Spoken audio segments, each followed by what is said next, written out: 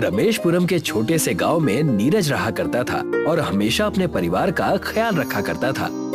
नीरज छाते बेचने और बनाने का काम करता था, इसीलिए उसका मुनाफा सिर्फ बरसात के समय ही होता था। पता नहीं क्यों कोई दुकान पर आ ही नहीं रहा। ना जाने कैसे लोगों से इस दुनिया में पाला पड़ा है। कम से कम मेरा भला तो करे। अरे क्यों चिंता करते हो जी, मैं हूँ ना, तुम उसकी बिल्कुल चिंता ना करो। जब तक हमारा ये छतरी का व्यापार नहीं चलेगा, मैं दूसरों के यहाँ काम करके अपना घर चला लूंगी। मैं क्या करूँ भाग्यवान, मुझे अच्छा नहीं लगता तुमसे काम करवाना। मैं चाह कर भी कुछ नहीं कर पा रहा हूँ। ऐसे ही नीरज अपना घर चलाया करता था, तो कभी दूसरों के यहाँ काम करके रमेशपुरम गांव में कई सारी तकलीफें ऐसी ही होने लगी थी। इस गांव की हालत बहुत खराब होती जा रही है। हमेशा कुछ ना कुछ लगा ही रहता है। कल ही अचानक कितनी तेज धूप हो गई। हाँ, और आज सुबह बारिश हो रही थी। इसी खराब मौसम के चलते मेरे बच्चे बीमार हो गए। मैं वैद्य जी का कब से इंतजार कर रही हूँ कि कब वो आएंगे और गांव के लोगों का इलाज करेंगे। गांव वाले बदलते मौसम की वजह से बीमार हो रहे थे। चारों तरफ बारिश की अफरा तफरी थी। तब वहाँ पर वैद्य जी आए और उनसे कहने लगे, इस गांव में जब भी आओ घटनाएं हो चुकी होती हैं। ये सब कुछ उस बुढ़िया के श्राप की वजह से हुआ है। खैर, मुझे इन गांव वालों के आपसी मसलों में नहीं पड़ना, अपना काम करना है। आओ आओ, सब लोग जो भी बीमार है सरपंच के घर आ जाओ। अरे वो देखो, वैद्य जी आ गए। चलो सब सरपंच जी के घर चलते हैं। वैद्य जी को दिखाने के लिए सब सरपंच जी के घर गए, तो वहाँ जाकर उन्होंने देखा कि सरपंच एक बड़ी बीमारी से जूझ रहा था, जिन्हें देख गांव वाले और चिंतित हो गए। मेरी हालत दिन ब दिन और बिगड़ती जा रही है। अगर ऐसा ही रहा तो मेरे प्राणों का कुछ भी हो सकता है। बस आप हिम्मत मत हारिए। मैंने आपके लिए ये कुछ दवाएं और ये इंजेक्शन लिख दिए हैं। जल्द से जल्द इन्हें मंगवा लीजिए और इन्हें खाना शुरू कीजिए। आप ठीक हो जाएंगे। तुम मेरे गांव वालों की रक्षा करो, किसी भी बच्चे या बूढ़े को कुछ ना हो। आप उसकी चिंता मत कीजिए, मैं सबका पूरा ध्यान रखूंगा। वैद्य जी सरपंच के घर में ही गांव के लोगों की जांच करने लगे। बारिश और तेज होती गई। सारे के सारे गांव में बारिश की वजह से परेशान हो गए। आधा गांव पानी से भर चुका था। सिर्फ नीरज का घर ही ऐसा था जिसके घर में पानी की एक बूंद नहीं गिरी थी। यूं कहें तो नीरज का घर उस गांव में होते हुए भी वहां बारिश की एक बूंद ना गिरी, जिसे देख सब दंग रह गए और नीरज के घर जाकर पूछने लगे, ऐसा भला कैसे हो सकता है? तुम्हारे घर बारिश क्यों नहीं हो रही? कौन सा जादू टोना किया है नीरज भाई? पता नहीं, ना मेरे घर बारिश होती है ना ज्यादा धूप आती है। ये बात मेरे भी पल्ले नहीं पड़ रही। हो ना हो, कोई बात तो जरूर है। हाँ हाँ, तुम बड़े भाग्यशाली हो जो तुम्हें ये वरदान मिला है। भाग्यशाली कहाँ हूँ बहन, कितने दिनों से अपने परिवार को 2 वक्त की रोटी नहीं खिला पाया हूँ मैं। पत्नी और मुझे, हम दोनों को दूसरे के घरों में काम करना पड़ता है ताकि हमारा घर चल सके। उतने में वहाँ पर वैद्य जी सरपंच के घर से सबका इलाज करके आए और नीरज के घर बारिश ना पाकर कहने लगे, हे भगवान, ये कैसे हो सकता है? तुम इस गांव के करता धरता कैसे हो सकते हो? उस बुढ़िया के श्राप ने तुम्हें इस गांव को बचाने के लिए चुना है। इसका मतलब वो हुनरबाज तुम हो। हे भगवान। वैद्य जी की बात सुनकर सब दंग रह गए और वैद्य जी से पूछने लगे, वैद्य जी, ये आप कैसी बात कर रहे हैं? करता धरता, बुढ़िया, ये सब क्या है? मुझे तो कुछ भी समझ में नहीं आ रहा। ये बहकी बहकी बातें आप कब से करने लगे? लगता है सच्चाई बताने का सही समय आ गया है। सारे गांव वालों को यहाँ बुला लो और सब मेरी बात गौर से सुनना। वैद्य जी ने सभी को इकट्ठा किया और सबको एक रहस्यमयी तरीके से बातें बताने लगे। ये बात करीब 10 साल पुरानी है। तुम्हारे गांव के सरपंच ने एक बहुत बड़ा जंगल काट दिया था। हाँ, काट दो पूरा जंगल। इस जंगल की लकड़ियों को बेचकर हम अच्छा पैसा बना लेंगे। काट दो। साहब, जंगल के ठीक बीचों बीच एक बुढ़िया की कोठरी है, उसका क्या करें? मुझे कुछ समझ में नहीं आ रहा। अरे इसमें सोचना क्या है, उस बुढ़िया का घर तोड़ दो और क्या। सरपंच के इतना कहते ही उन सब ने मिलकर बुढ़िया का घर तोड़ दिया और जब बुढ़िया वहाँ आई तो पूरा जंगल कटा हुआ और अपना घर टूटा देखकर कहने लगी, तुम सब पापियों का नाश अवश्य आएगा। तुमने मेरा घर और परिवार उजाड़ा है, तुम्हारा घर और परिवार उजड़ जाएगा। ये जंगल मेरे परिवार से कम नहीं था। जी कृपा करके ऐसा श्राप न दे, मुझसे बहुत बड़ी गलती हो गई, मुझे माफ कर दीजिए, माफ कर दीजिए। इस श्राप से मुक्त होने के लिए तुम्हारे गांव में हुनरबाज आएगा, जो अपनी हुनर से गांव को प्रलय के प्रकोप से बचाएगा। उसकी बनाई हुई चीज को अपने घर पे लगा देना। ऐसा करते ही तुम्हारी सारी समस्या ठीक हो जाएगी। नीरज के घर बारिश नहीं हो रही, इसका मतलब ये है कि नीरज ही वो हुनरबाज है। लेकिन मुझ में ऐसा कौन सा हुनर है जो गांव की इतनी मदद कर सकता है? तुमसे अच्छी छतरी कोई बना सकता है भला? तुम अपनी बनाई हुई एक छतरी दो। नीरज की पत्नी ने नीरज की बनाई हुई एक छतरी ली और उस गांव के एक घर में जाकर लगा दी। जैसे ही छतरी लगी, वो घर साधारण घर से छतरी घर में तब्दील हो गया। मानो एक छोटी सी छतरी इतनी बड़ी हो गई कि पूरे घर को ढक लिया, जिसे देखकर सारे गांव वाले दंग रह गए। देखा आप सबने, तुम्हारे गांव का भला सिर्फ और सिर्फ नीरज ही कर सकता है। नीरज भाई, मुझे भी एक छतरी बनाकर दीजिए ना। मेरे बच्चे बीमारी से पहले से ही जूझ रहे हैं। अगर आपने ऐसा किया तो बड़ी मेहरबानी होगी आपकी। जी नीरज भाई साहब, मुझे भी दीजिए। तुम सब ऐसे पराये जैसे क्यों बर्ताव कर रहे हो? मैं पूरे गांव के लिए छतरी बनाऊंगा, तुम उसकी चिंता मत करो। जी, मैं आपका इसमें पूरा साथ दूंगी। नीरज ने दिन रात मेहनत करके छतरी बना के तैयार कर दी और देखते ही देखते सभी को छतरी देना शुरू कर दिया। सभी नीरज की बनाई हुई छतरी ले जाते और अपने अपने घरों में लगा देते। सभी के घर छोटे से मामूली घर से छतरी घर में तब्दील हो गए थे। सभी की छतरी घर को देखकर सरपंच अपनी बीमारी वाली अवस्था में ही वहां आ गया और कहने लगा, नीरज, तुम मुझे छतरी नहीं दोगे? जी सरपंच जी, ये भी कोई कहने की बात है भला? आपको छतरी क्यों नहीं दूंगा? वैसे ये श्राप कब तक चलेगा? इसका कोई अंत नहीं है क्या? छतरी से हमारा घर सुरक्षित हो गया है बस, लेकिन बीमारी ठीक नहीं हो रही और ना ही लोगों की हैरानी कम हो रही है। हम गांव वालों को मिलकर कई सारे पौधे लगाने होंगे, तब जाकर उस बुढ़िया के श्राप से मुक्त हो पाएंगे। बल्कि आज ही हम सब मिलकर पेड़ पौधे लगाना शुरू कर देते हैं, जिससे उस बुढ़िया का श्राप चला जाए। मैं ठीक वैसा ही करूंगा। नीरज अपने गांव वालों के साथ मिलकर हर जगह पौधे लगाना शुरू कर देता है। कुछ महीने बीत जाते हैं। छतरी घर की मदद से गांव वाले अपने अपने घरों में सुरक्षित रहने लगते हैं। नीरज की आर्थिक स्थिति भी ठीक होने लगती है। कई महीनों तक पौधे लगाने की वजह से उस गांव में बारिश बंद हो जाती है और बुढ़िया का श्राप भी खत्म हो जाता है। सब अपनी जिंदगी खुशी खुशी जीने लगते हैं। मुथु एक गरीब था जो साइकिल पर घूम घूम कर कॉफी बेचा करता था। मुथु का ये व्यापार नया था। Coffee coffee coffee coffee coffee coffee coffee, गर्मा गर्म कॉफी कॉफी, एक कॉफी देना। मुथु की कॉफी ग्राहकों को कुछ खास पसंद नहीं आती थी। अरे रवि भैया, कॉफी पियोगे? नहीं नहीं मुथु, अभी घर पर कॉफी पिया है। ठीक है भैया। मुथु थोड़ा दूर ही गया था कि रवि के साथ वाला आदमी उससे बोलने लगा। भाई, तू तो बोल रहा था कि चाय या कॉफी मिल जाए बस, तो कॉफी क्यों नहीं लिए? अरे यार, इसके हाथ की कॉफी इतनी बकवास होती है ना कि क्या बोलूं। तू एक बार पिएगा ना तो जिंदगी भर कॉफी नहीं पिएगा। ग्राहकों की ये बात मुथु को बुरी लग रही थी। मुथु बहुत कोशिश करता था अच्छी कॉफी बनाने की, पर उससे कभी अच्छी कॉफी बनती ही नहीं थी। वो निराश होकर घर गया। वीना, अच्छी कॉफी बनाने का क्या तरीका है? माप, सही मापों से सही कॉफी बनती है। मैं कितना भी सही माप इस्तेमाल करूं, मेरी कॉफी ग्राहकों को अच्छी ही नहीं लगती। जिसको अच्छी कॉफी दूं, वो बोलता है कि कड़क कॉफी चाहिए, और जिसे कड़क कॉफी दूं, उसे वो भी अच्छी नहीं लगती। ऐसी कॉफी कैसे बनाऊं जो सारे ग्राहक को अच्छी लगे? अब इसके लिए क्या ही कर सकते हैं। आप फिक्र मत कीजिए, मुझे यकीन है आप खुद ही सही कॉफी बनाना सीख लेंगे। उम्मीद तो यही है, देखते हैं। मुथु निराश था। उस रात तेज बरसात शुरू हो गई और सुबह तक बादल बरसते रहे। अगली सुबह मुत्थू अपनी साइकिल लेकर निकल रहा था।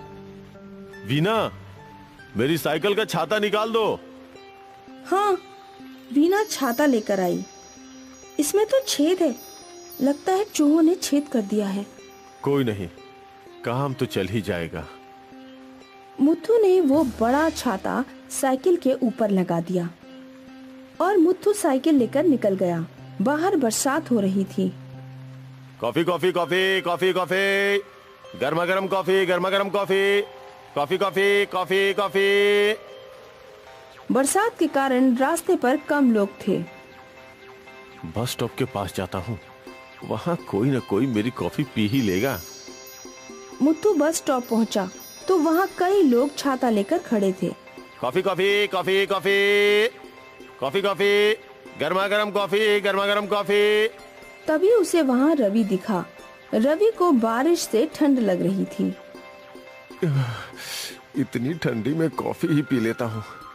इसकी कॉफी का स्वाद तो अच्छा नहीं होता, पर कम से कम गर्म होती है। अरे भाई, एक कॉफी देना। मुत्थू ने बहुत खुश होकर रवि के लिए एक कॉफी बनाई और तभी उसके छाते से एक बूंद पानी उस कप में टपका। रवि ने वो कॉफी चखी। अरे वाह वाह वाह, क्या कॉफी बनाई है मुत्थू। इतनी अच्छी कॉफी मैंने जिंदगी में नहीं पी। सच्ची?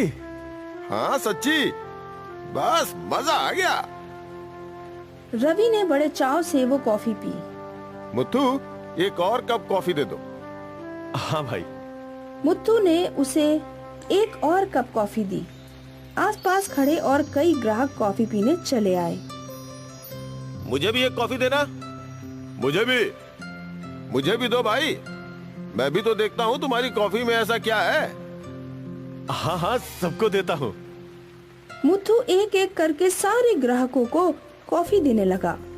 हर एक की कॉफी में छाते से एक बूंद का पानी टपका और ग्राहकों को कॉफी बहुत अच्छी लगने लगी। वाह भाई, कमाल है।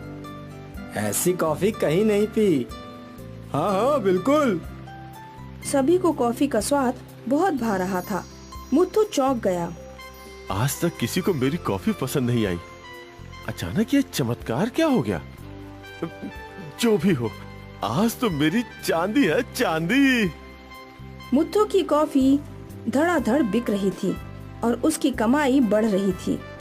आज बस स्टॉप पर ही उसके 120 कप कॉफी बिकी और उसका सारा सामान खत्म हो गया। उसने भगवान का शुक्रिया किया और अपने घर लौटा। वीना, वीना, आज तो कमाल ही हो गया। क्या हुआ? आज ग्राहकों को मेरी कॉफी इतनी पसंद आई कि धड़ाधड़ सब बिक गई। एक ही घंटे में 120 कॉफी बिकी है। अरे वाह! अरे पता है, हर ग्राहक को मेरी कॉफी पसंद आ रही थी। किसी किसी ने तो एक से ज्यादा कॉफी पी और सब तारीफ कर रहे थे। मैंने कहा था ना, ये किसी चमत्कार से कम नहीं है। अच्छा है। वीना भी हैरान थी कि ये सब अचानक कैसे हुआ, पर वो खुश थी। अगले दिन भी बरसात थी। मुत्थू अपने फटे हुए छाते के नीचे कॉफी बेच रहा था। छाते से कुछ पानी की बूंदें कॉफी में गिर रही थी। बहुत बेहतरीन कॉफी है ये। धन्यवाद। आज भी मुत्थू की कॉफी धड़ाधड़ बिक रही थी। मुत्थू की अच्छी खासी आमदनी हो रही थी। आज तीसरा दिन था और बरसात थम गई। मुत्थू ने छाता बंद कर लिया। कॉफी कॉफी कॉफी कॉफी, गर्मा गर्म कॉफी, गर्मा गर्म कॉफी। एक कॉफी देना। आज जब इस ग्राहक ने कॉफी चखी तो उसने कॉफी थूक दी। छी छी छी छी छी, कितनी बेकार कॉफी बनी है। तुम इतनी अच्छी कॉफी बनाते थे, अचानक ये क्या कर दिया भाई? ये बात सुनकर मुत्थू हैरान हो गया। उसे समझ नहीं आ रहा था कि क्या हो रहा है। दूसरे ग्राहकों को भी कॉफी बिल्कुल पसंद नहीं थी। फिर अचानक बरसात शुरू हुई और मुत्थू ने छाता खोल लिया। कुछ देर बाद उसके पास एक ग्राहक आई। एक कॉफी देना। मुत्थू ने उसे कॉफी दी। वाह मुत्थू भैया, बहुत ही अच्छी कॉफी है। मुत्थू चौंक गया। अब तक तो लोगों को कॉफी अच्छी नहीं लग रही थी, अब ऐसा क्या बदल गया? खैर, उसके बाद भी जो ग्राहक आए सबको कॉफी अच्छी लगी और एक बार फिर धड़ाधड़ कॉफी बिकने लगी।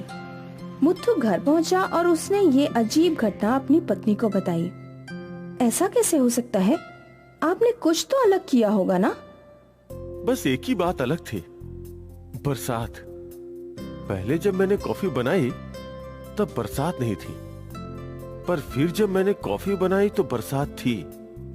ऐसा? चलिए आजमाते हैं। आप घर के अंदर कॉफी बनाइए।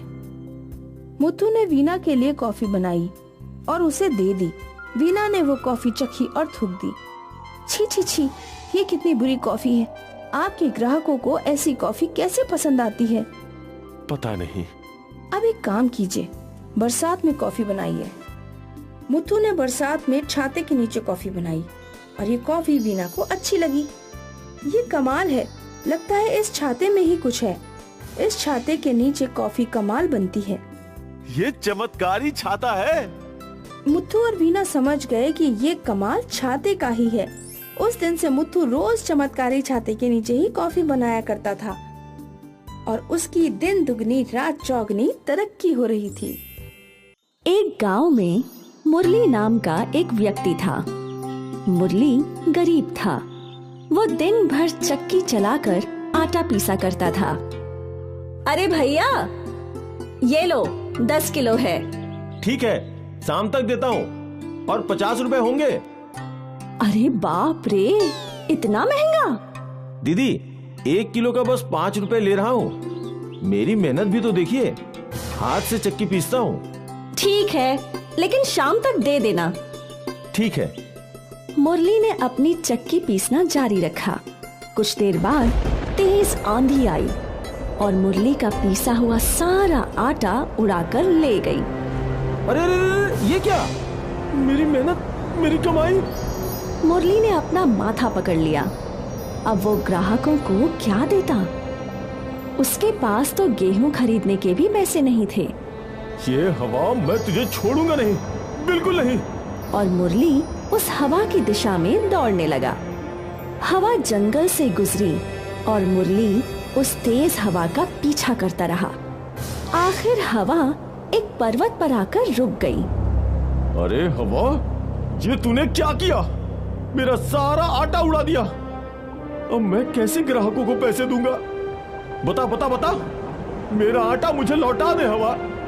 घूमते हुए बवंडर में मुरली को चेहरा दिखाई देने लगा। अब तो ये उड़ गया, उसे कैसे लौटाऊं? मुझे नहीं पता, कुछ भी कर, मुझे वो आटा जल्द से जल्द लौटा दे। ठीक है, मैं आटा तो नहीं लौटा सकता, पर मेरे पास तुम्हारे लिए कुछ है। घूमते हुए बवंडर से एक पीतल का डिब्बा बाहर निकला। ये क्या? ये जादुई डिब्बा है। इसे तुम जो मांगोगे वो मिल जाएगा। इस डब्बे को हाथ में पकड़कर ये मंत्र पढ़ो। डिब्बा डिब्बा जादुई डिब्बा, जादू कर दे गोल गोल। जादू जादू जादू से भर दे डिब्बा आटे से। और डिब्बे के अंदर आटा भर गया। अरे वाह, ये तो बहुत अच्छा है, बहुत अच्छा। मुरली ने वो जादुई डिब्बा ले लिया और खुशी खुशी अपने घर की ओर लौटने लगा। मुरली इस डिब्बे को अपने घर के अंदर ले गया।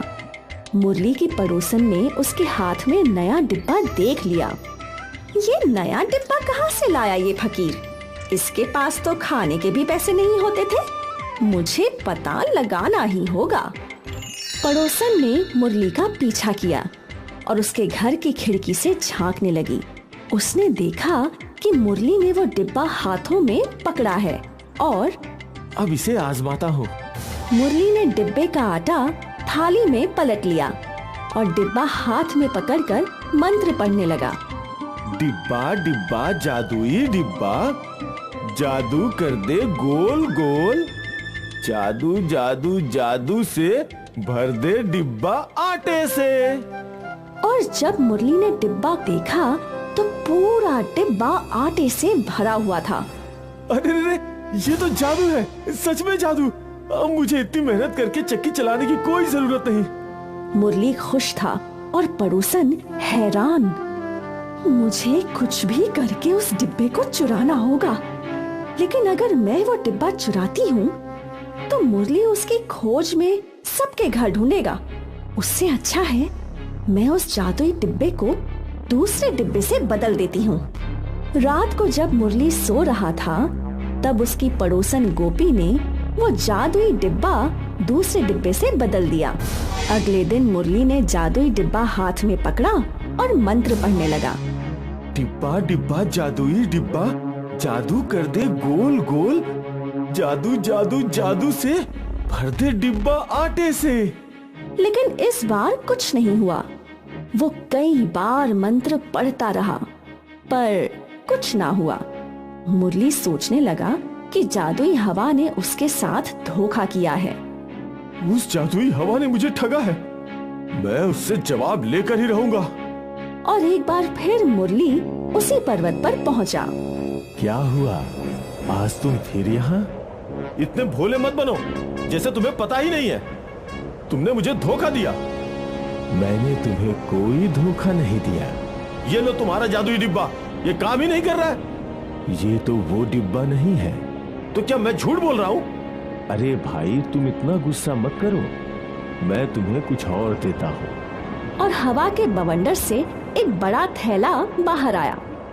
ये जादुई थैला है, इससे भी तुम जो मांगोगे वो तुम्हें मिलेगा।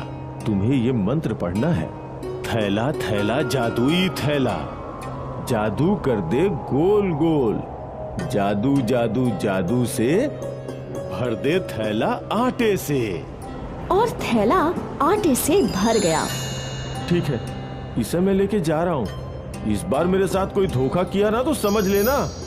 नहीं भाई, मैं क्यों धोखा करूंगा। अब तुम जाओ और आराम की जिंदगी जी लो। मुरली थैला लेकर लौट रहा था तो उसके पड़ोसन ने थैला देख लिया। लगता है अब इस थैले में भी कोई जादू है, मुझे पता लगाना ही होगा। एक बार फिर पड़ोसन खिड़की से झांकने लगी। मुरली ने थैले का आटा बोरे में पलट लिया और मंत्र पढ़ने लगा।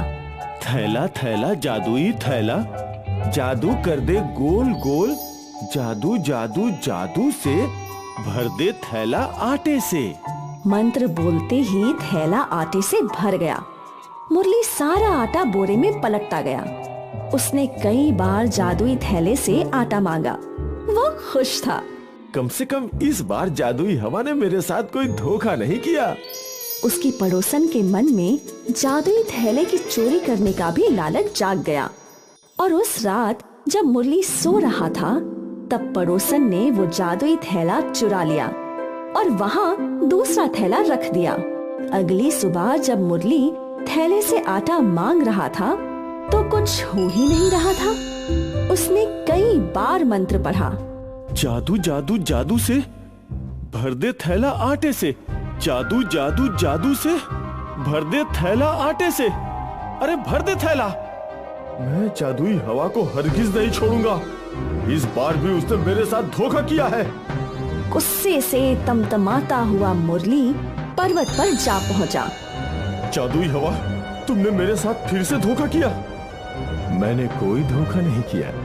झूठ, सरासर झूठ। तुमने जादुई डिब्बा दिया और फिर ये जादुई थैला। एक रात बाद ही जादू खत्म कैसे हो जाता है? हवा ने वो थैला देखा तो वो समझ गया कि वो जादुई थैला नहीं था। इस बार मैं तुम्हें जो दूंगा उससे तुम्हें यकीन हो जाएगा कि मैंने तुम्हारे साथ कोई धोखा नहीं किया। और हवा के बवंडर से एक लाठी निकली।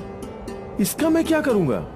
बस आज रात इसे अपने घर में रखना और जब तुम्हें चोर मिल जाए तो ये मंत्र पढ़ना, लाठी लाठी जादुई लाठी, जादू कर दे गोल गोल, जादू जादू जादू से लालची व्यक्ति को सजा दे।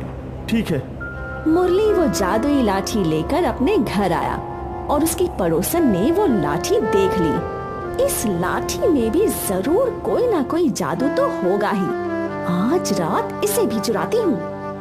रात हुई और मुरली अपने बिस्तर पर सोने का नाटक करने लगा और अब पड़ोसन लाठी चुराने पहुंची।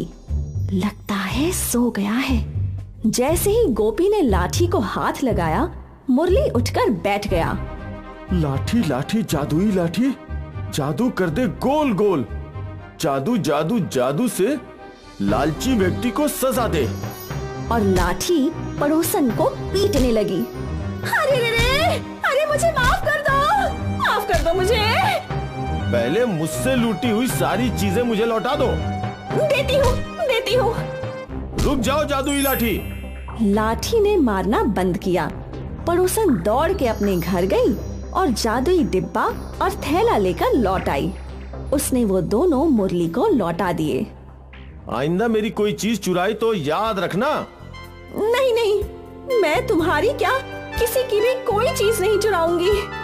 पड़ोसन 9-2-11 हो गई। और फिर मुरली जादुई डिब्बे से और जादुई थैले से आटा निकाल कर बेचता रहा। अब उसे चक्की चलाने की कोई जरूरत नहीं थी।